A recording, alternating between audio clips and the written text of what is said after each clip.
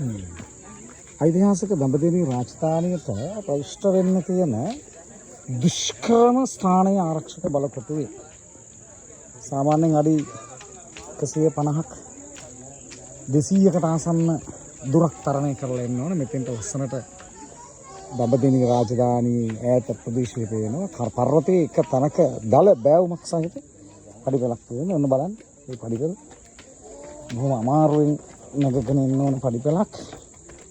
මිනිස්සු බොහොම අපහසුතාවයෙන් තමයි මේක නැගගෙන එන්නේ. මේ බෑවුමේ තියෙන දුෂ්කරම ස්ථානය.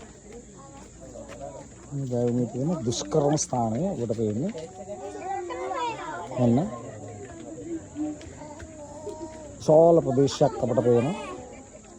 ඇවිල්ලා බලන්න ඓතිහාසික දඹදෙණිය රාජධානියේ සුන්දරත්වය නරඹන්න ඔබට පුළුවන්.